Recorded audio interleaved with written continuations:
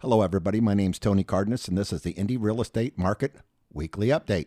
Today, I'm sitting here with Shelly Walters with EXP, Carmel, Indiana, and Kyle Morris with FC.Tucker out of Carmel, Indiana. And we're going to talk not only about the Hamilton County market, we're going to talk about the Indy market. Justin's not on the show today because he's down. Actually, he's up in Anderson looking at some properties. Hello, Shelly. How you doing today? Hey, Tony. Doing wonderful. Thank you. Kyle, what's going on, buddy? Not much. It's great out. Well, at least you've been back to work for about a week from Hawaii, so you feel like you're getting back into things. It is. I feel like we got back Sunday. So Sunday, Monday last week were pretty rough. Tuesday, Wednesday, Thursday, I hit a stride again. And then, I'll be honest, Friday, Saturday, Sunday, I was just wore out. But everything's back to normal now. Well, yeah, but you know, here's the thing. It looks like the market, in a way, is pretty good because there's a lot of listings out here. People are trying to sell their home. So let's talk about the buyers right now. What kind of space are we in for the buyers in our Hamilton County, Marion County zone? Well, the buyers are in a great shape right now. The houses are coming on the market. They have inventory to look at, and they are not escalating anywhere near like they were. So it is a great buyer's market. It's interesting, though, because they're not out there. Right? So, you know, when we go through the numbers, that's one of the interesting things about it. We were talking about that it's probably the best market that we've had in the past 2.5 years, I'd say, at least since, call it into March in 2020, right? That's when everything really started to step up.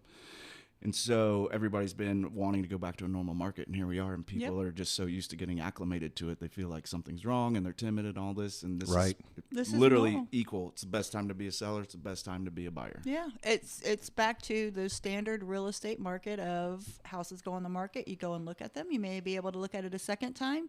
You put together an offer, and the sellers and the buyers negotiate, and it's not like all done in an hour. Right. Not all the leverage is with the seller anymore, right? Mm-hmm. And then on top of that, they're still, due to appreciation over the past couple of years, they're still in a great position to sell their house. Yeah, the prices haven't tanked or anything. The prices are still up where they have been. There's no de-escalation of pricing right now. Yeah, but home sales are down with the prices still. I mean, there are a couple homes that I know about just in the last few days that went for full price. Oh, yeah, absolutely. So everything's not like... why is that weird? I don't know what's weird, because all the negative news out here, like we're in a slump, we're here, we're there. And the bottom line is, here in the Hamilton County area and Indy North, it seems like it's a pretty good market with a lot of inventory. Yeah, but a lot of the news that we either read or hear about is generally 30 to 60 days behind. It's so far behind. Yeah. And, you know, like Kyle and I are in this every day, and we know what happened just yesterday, and we also do listings, and so we know what's going on with listings by firsthand knowledge of watching the showing slow down, watching how fast offers come in, which is not coming in fast. And the change in how offers are presented. Right. Everything has changed immensely in the past 4 weeks specifically, past 8 weeks for sure. But it's the way it used to be. So some of the things out there in Facebook land where agents are trying to talk about it is, if you've just been in the market in the past 2 years, you don't know what a normal market is. And we are in a normal market where you can help your buyers and your sellers without pure stress of buying it too high or having to make a decision in 3 weeks from now, have buyer's remorse, sellers not having a house to go to because they don't, they sell their house and have nowhere to go because the sellers didn't get a lease back. All of that's gone. Just go and make an offer. And one of the things with the listings we put on this past week was offers didn't come in right away. And we had phone calls of people asking, do you have offers? Just make an offer on these houses. Like in the olden days, you go see it. If you like it, make an offer. Yep. It's not, well, what's going on? Who's made an offer? How high are your offers? When are they due? It's just, you go see it. If you like it, decide what you think it's worth. And send in an offer. Yeah. But people are afraid to do it right now for some reason. They are. But why are they? That's the part I just don't understand. So that's what we were talking about beforehand. I think it's just fatigue from the past 2 years. Right. And everybody wanted this, and it's here. And, we're not normal in the sense of inventory yet, right? Right. That's 6 months, right? But the way the industry is interacting and working is back to normal. And I just think people are wore out, and their expectations haven't adjusted based on the fact that it is changing. Like Shelly was saying, it's because we're in it day in, day out. We see it. But it's like for a buyer, they just know what they've been seeing or hearing, and so they're afraid. And, people last year, there were buyers write 20 offers and not get a single one. And it's really emotionally taxing because you'd be like, all right, I'll do $10,000 over. I'll do 20. And then like, you know what? We really love this one. We're going to go all in on it. And we're going to write $50,000 or $80,000 over and still not get it. Like that's emotionally taxing. And I think we just got to get back to educating people and making people feel comfortable because it's super ideal right now. You know, when we look at these numbers and go through them, I agree with stuff that. sitting out there, you can get it. To Shelly's point, you know, they're still going to get the houses that sell in a day, but and the interest rates aren't helping either. They're not as bad what everybody thinks. I mean, there's a lot of banks out there that are over 6%, 5.875. They have came down a little bit, but you know, if you really go to a broker lender versus a bank, you're going to get yourself a pretty decent price right now. You could actually go out there today and probably get yourself 5.25 to 5% on a purchase, 20% down, excellent credit score, get yourself a premium rate like that. That's on a fixed rate mortgage right now. And you got 15s that are heading in the 4.875 to 5% range. There are some good products out there. And I think what people need to do is like call their realtor, say, hey, I'm really interested in buying a home, but I'm really not sure what this is going to cost me. So can we walk through the steps so they can not only get pre-approved, but, you know, find out what the payment's going to be before they get pre-approved so they know they're in the game or they're not in the game. But there are other options out here for some of these buyers. I mean, you got some FHA, fantastic rates. You got some VA rates that are fantastic. It's not all about the 30-year fixed anymore. You got to get a little creative. Well, and FHA and VA was afraid to even go out like the past 2 years, and you get FHA or VA all day right now. Right. And that's one thing I think everybody needs to understand. If you have a buyer who's been trying to do FHA or VA in the past and just gave up or thought that it wasn't possible anymore, it's a market where you can do that. And we were talking about contingencies. But again, I think it's just really, we need to reiterate, if you are thinking of buying a home and you have a little bit of concern or you're still out there looking, and you go and you look at a house that you like, don't try and figure out what's going to happen. Just go through the process, make your offer, and submit it. Because I had my listing in Carmel this last weekend, was on the market for 3 days, no offers, because every agent who called me was asking me questions about, well, what kind of offers do you have? How many offers do you have? Nobody wanted to do it. I had 6-7 people saying they were really interested, wanted to make an offer, but everybody hesitated. It was very interesting to see because of, you know, concerns of it's going to go too high. But for 3 days, we didn't have anything. Until finally somebody did it. We've sold it, but it was just very interesting. There's a lot of concern out there of what to do. Just do it. Well, and even for buyers, you're talking about contingencies. Sellers are adjusting to this market changing, right? And so the house hasn't sold in 4 days or 7 days. You know, it's into the world. What's wrong with my house? That's what you get asked. Sellers just want to be under contract. You can get a contingent offer accepted right now for sure. For sure. I mean, I've done probably 4 of them in the past 6 weeks. Yeah. And the thing about the sellers, too, is you said that, you know, they're understanding. They're understanding if they're helped. If they have the list agent sitting there and explaining to them what they may or may not have happen. But if they do have a listing agent who's saying this is going to happen, you're going to sell, we're going to have it, you know, in 4 days, we're going to have multiple offers over list, that cannot be guaranteed now. It's just not something that's going to happen more than likely. And we look at it with our stats showing how many back on markets are happening, how many price drops are happening. And with all of that, I think that the main thing we have to say about those price drops we're seeing is, were they counseled correctly on what they should have listed that house at for in this market? Yep. And that's extremely important because we are back to that market back like 2 years ago, that if you list your house too high, you're going to lose a lot of money. Yep. You're going to sit. Mm-hmm. And then once you sit, you're going to get a low ball offer. You're going to end up somewhere in between that. And you're going to sell for less. Yes. Yes. So you sell less than what you should have listed it for in the first place. So, you know, it's very important pricing right now. We're back to that. We used to say all the time, pricing is going to sell the house. It's extremely important, or it's going to make it sit. Yeah, and I think even in, I think we started talking about it last week. You know, we've spent a lot of time educating buyers here over the past, 6 months, and there's an education, you know, for sellers that needs to be made right now. Absolutely, and the sellers, you know, if they come into that thinking their house is going to fly off the shelf with a lot of money, you know, on the table above list. That's unfortunate because it might not happen. And what I know has happened, I've heard, is the sellers are refusing to accept offers that are not list price or over. That because they've been told that they should get more. But you get the offer. What you get, was it we used to always say the first offer is your best offer? Yeah, usually even last year, usually your best offer would come in the first like 24, 36 hours, and then people would say, hey, you got till Sunday or whatever. You're maybe fighting for an extra $5,000 to $10,000 max, because all the other offers pretty much fall in line or a little bit less, because if somebody wants it, they come in pretty aggressively. Yeah, right off the bat. Yeah. And your first 2 or 3 people through the door are your most important buyers. And the problem with that is if they see an escalated price that's too high, they may never come through the door. And then now that people see price drop. Exactly. What's the first thing people ask is, what's wrong? Yep. Yeah, well, because we're getting back to a little bit of a normal market. But, I do want to tell our audience that if you're ever interested in getting hold of Shelly or Kyle or Justin or Greg Cooper or anybody else that's on this show, we do have a Facebook page up called Indy Real Estate Market. And starting today, I'm going to put the stats up from Shelly, Kyle, Justin, and then with your phone numbers on there too, in case if they're driving, they can't remember your phone number.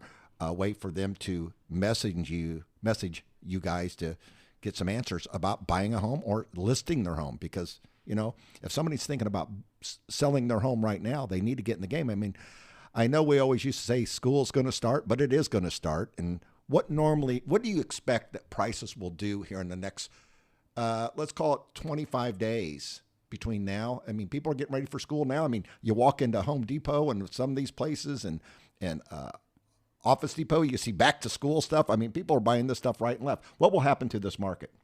I don't think there will be a really change. I mean, first of all, 25 days is kind of too short of a time frame. But so you're talking about school specifically. School's about to start. I know my son goes back to school next Thursday, which blows my mind. I know. It's crazy. I remember the days when we'd have till August, right? Into August or September when I was a kid, right? Yeah, but now we get 2 weeks for fall break, 2 weeks for Christmas, That's 2 great. weeks for spring. But anyway, so the people who were going to buy and sell in that time period that influenced, they did that. Right. So now we're past it's the that. other people now. Right. And so I just don't think there will be an issue. And I don't think outside of like what Shelly's talking about, where people are just doing price reductions, which will, that will be a very slow trickle of how it impacts housing or as far as the pricing. And I don't think it's going to super impact it anyways. I just don't see a major change happening in it. Just the offers that are made, I think I see changing. No, because you still have the sellers who are saying, if my house shows a value with the comps that have been sold in the past 6 months, they're not going to dump their house. They're not going to give it away. Mm-hmm. And buyers are going to see the value in the house and they're going to pay the value. They just may not have to pay $80,000 more than they were told it was worth. The second part about that is I just want to say is I am getting phone calls from sellers asking me this question, and it seems to be the very first question all of them ask: am I too late? Mm-hmm. And that's like saying, is it too late forever? Because everybody's always going to sell their house no matter what. Next year, this year, last year, everybody's going to sell their house. So you're never too late to put your house on the market. The market is great right now. But don't you think that they were thinking, am I too late to get over list price? I think that's part of the question in there. But see, that's still education because how is it too late to sell your house after back-to-back 20% appreciation years? Right? Like good point. Very good your house point is already just worth so much more than it was just 3 years ago, right? Absolutely. So unless you bought it 18 months ago, right, then that's a different scenario and a different conversation. But to Shelly's point, I'm getting phone calls from sellers a lot. I'm not getting a lot of phone calls from buyers actually right now. Buyers are quiet. Yeah, it's really, really interesting. And it's a buyer's market right now. Yeah, but they don't. I don't think we can say that. Not buyer's market. That's based on inventory, technically. Right. That's what I meant. To create a buyer's. You got a lot of choices of some great inventory. Yeah. I would just say maybe it's more balanced. Yeah, it's good to be a buyer right now. Yeah, that's what I think it is. It's good to be a buyer because it's just back to what we used to know as normal. And so, again, I say if you've been in this past 2 years as an agent, you need to just readjust and look at things not going the way they have been in the past 2 years and just, again, start to think about what's in front of you and do it the way, maybe talk to some agents that were never. Yeah, and concessions on inspections are amazing right now. Yeah. I mean, I have one, just while I was on vacation, got one with I think it was like $2,500 and we had to do repairs and stuff, which is totally fine. It's what we're used to doing. I had one with it was $18,000 and we met in the middle on it. And everybody was fine with it, right? Because it was just a healthy transaction, right? So I just think it's a good time to be a buyer right now. I do. Absolutely. Well, here's the other thing that we got coming up in the next week and a half. Fed officials are preparing to lift the interest rates by another 0.75 percentage point, almost a full point, and it's on the Wall Street Journal on the economy today. I'm telling you, they are going to increase. We're a little soft on the rates right now, and you're going to see some increases, and you're going to see news all over the place, and it's worse than it really is. But, if you're buying a home right now, or you think about buying a home, you could save yourself a lot of money just in today's market compared to what's going to happen in 90 days. Not that it's going to be really bad in 90 days, but the rates are going to be better today than they are in 90 days. You're going to lose some buying power. You're absolutely right. You're going to lose some buying power because we did this 4 months ago on buying power. From December to April? We did December to April, and it cost a customer almost $500 more a month. Well, here's another $500 more per month. Yep. Well, and on top of that, we had said this before, which I just love, is if you would want to pay 3.5% or 5.5%, or would you rather pay $50,000 to $80,000 more than they just told you it appraised for? I'd pay the high rate all day. Yeah. Well, arms because are going if to you come try in to effect. turn around and sell that house in a year, you're $80,000 underwater already when you just walk in the front door. Yeah, but that's the past. But I'm telling you, people are going to have to get used to, if they really want to buy and they want to keep in their budget and not walk away from a great house, they're going to have to say, hey, I might not get a 30-year fix, so I'm going to go to a 7-1 or a 10-1 arm or possibly even a 5-year arm and then refinance later. It can save that deal and they can also get the house of their dreams if they really want. You got to be a little creative. They got to understand the arm. They got to understand the margin and the index. That's the part about the arms that most loan officers do not understand. If you put that to them in writing and they understand the definition of it, they're safe for 5, 7, or 10 years. All I got to do is refinance. Make sure they do a refinance back to possibly a 20-year fix and not go backwards, go forwards. Well, and that's education, right, for the buyers, where you need to, so like with a real estate agent, you need to have somebody that's talking to you all these things and educating you, but you also need a loan officer who's going to educate you, because I can't tell you how many buyers I deal with when we bring this kind of topic up. And if you bring up an arm, they just shut it down in a heartbeat because they think of 08 and it's got this misnomer, the stigma. Yeah, and it's really not accurate, but I understand where the emotion is and of what course. the shutdown is. It's just education. It's just education. People lease cars. You know why they lease cars? Because they don't want the full commitment to own the car. So that's why they lease the car. Lease your rate. Yeah, just stay under your mileage, though, because I made that mistake. I understand that. But my point is lease your rate. Yeah. Just say, hey, I want a rate for 5 years or 7 years, and then go back in and redo it again. I'm telling you. What was the saying that we just had a few weeks ago on the housing? Date the rate. Buy the house, date the rate. Something like that? Marry the house, date the rate. Yeah, marry the house, date the rate. And that's what people need to do. They got to get a little creative and get with a good company that's not going to charge you points for these. There's lenders out there charging points, and you do not have to pay points. Right now, you don't have to pay points on anything. If you got a decent credit score, okay, you do not have to pay over for a good product to get you into a good house. So let's get it to let's call it our housing traffic report. Let's start off with Shelly today. What do we got, Shelly? Let's start off with Carmel. Okay, so in Carmel, in the last 7 days, we had 56 houses hit the market. So that was a little bit down, maybe about 30 down from before, but only 19 of those pended. So it has slowed down like we've been talking about. Currently, 137 are active in Carmel. And of all those currently active, 30 had a price drop. So like we've been talking, that's happening. One of the other stats that I noticed that came up this past 7 days, 7 houses expired. Whoa. Yeah, I haven't said that word in a long time. Wow. So that was very interesting. So I checked the rest of the cities as well. What does that even mean? Okay. The average prices were $220 to $7.9 in Carmel. Westfield, 49 only activated this past 7 days. 18 of those sold, so not very many. Currently, there are 155 active in Westfield. And then 16 of those had a price drop, and 2 expired in Westfield. $200 to $2.275 is the average list price. So Zionsville, 17 houses hit the market in the past 2 days. That was kind of high for Zionsville. Yeah, so only 6 sold.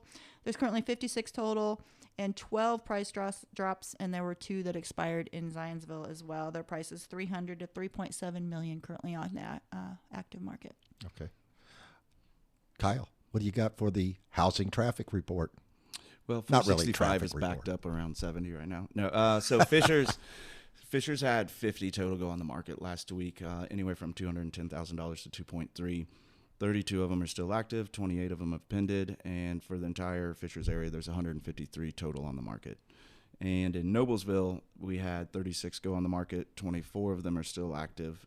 12 of them pended, obviously, and there's 112 total on the market. The price point for last week was $62,000 to $1 million even. You know, the interesting thing about it, though, is I've got a new notepad here because I filled up the old one, so I only went back 6 weeks. That's the lowest amount of houses to go on the market in the past 6 weeks for both of those. Yeah, and for Carmel, Westfield too, Zionsville. Zionsville was high. But yet, that's also the highest active inventory too left over, right? It's with 153 and 112 sitting on the market, right? So that's when we're talking about it's a good time to be a buyer. That's why. So, I mean, I've got a little bit less listings go on the market, but I got way more actually on the market. Yeah, average days on market are going up, Yep. and that just means that you have more to look at and you have less competition. Give me the average day on market in Carmel. I did not put that down. I'm sorry. You got the average day on market in Fishers? No, I don't. Okay.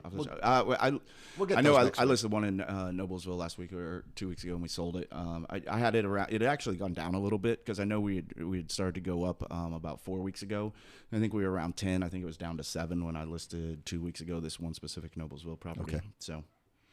Yeah, we're averaging, I would say, 15 to 20, 10 to 20. I mean, we're not 40 to 60 No, days I know- on I know market. it changes So- every So day. to I your get point, that. so we had a listing appointment over the weekend, and I was talking to them about average days on market, and it was a Westfield property, so that's why I didn't have that number. But so their average days on market was 10, but it was a hard drop off. It was within 4 days or 20 to 40. Right. Like that's what you were looking at, right? So when we look at days on market, there wasn't a lot in between. Like you either sold or you were sitting for a little while. and it was because of price.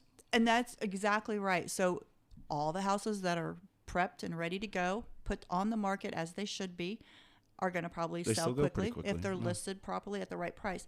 The ones that are not prepared right or listed incorrectly are going to be those ones in the outliers of the 20 days plus. So very good point. It's either going to be 4 days or 25 plus for you potentially. It depends on what you do to get your house ready and if you price it right. And there's a whole art to that. We could have a whole show about Yes. that of how to prepare your house to list because, last year you could just throw it on the market, right? Yeah, it's a whole different game today. I mean, there's a professionalism and expectation. I mean, you need to have it cleaned. It needs to look nice. Right. Pressed and ready to go. Yeah.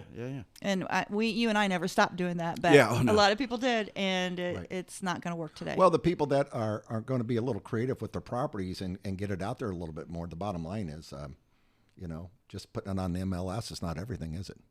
It never Practicing was. the 3 Ps. Yeah.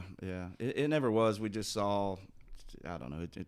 Let's hear the 3 Ps Yeah. from you. The practicing the 3 Ps is when a list agent puts the house on the MLS, places a sign in the yard, and then prays it sells. That's all they do. Practice the 3 Ps. Yeah. Unfortunately, there are some out there that do that, and that's when you sit on the market and or lose money. Yeah, Right. just do your research. Well, everybody, I want to make sure we get this out. The Indy Real Estate Market page on Facebook. I'm going to put the stats up there later today with Shelly, Kyle, and Justin. But there's one more thing I want to touch on, which I just remembered, and I normally don't forget this. I want to talk about Broad Ripple and downtown market real quick that Justin sent in to us. Can you do that for us? Mm-hmm. Can you give us a run through on the Yeah, Justin did a little breakdown. Justin who? Justin Griffith. With the Keller Keller Williams. Can you sing Keller Williams? I can't sing at all. You can? Okay. All right. So in Meridian Kessler, there were 10 new listings in the past 7 days. Their average price was $6,890, or sorry, they were $690 for that average. I'm trying to read his notes. Broad Ripple, there were 7 new listings. 7 new listings. 4 of them pended, 3 still available. And then in Bates Hendricks, there were 3 for sale. Yeah. So not a lot going on in those areas. Okay. Well, again, Indy Real Estate Market on the Facebook page. Go to it. We'll put our stats up there from everybody that's on the show. Kyle, what company are you with, and how can they reach you if they have questions about buying or selling their home? So we're Morris Property Group with FC.Tucker. Just call or text anytime, 317-649-5122. And Shelly, I want you to take us out. What is the name of your company? It's Shelly Walters Realty Group, and you can reach me on my cell phone at 317-201-2601. What company are you with, though? EXP. Okay. Have a great day and a great week. Thank you, everybody.